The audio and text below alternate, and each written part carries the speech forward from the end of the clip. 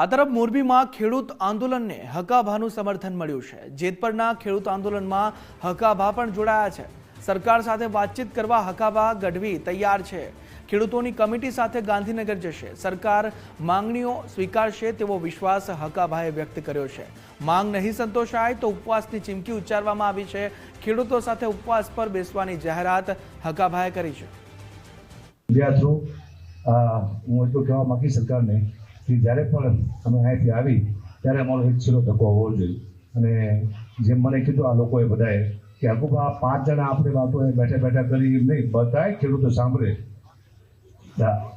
બધાએ સાંભળે એમ।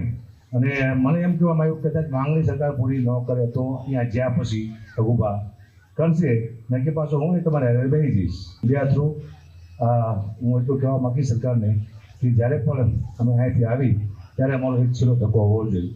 અને જેમ મને કીધું આ લોકોએ બધાએ કે હકુબા 5 જણા આપણે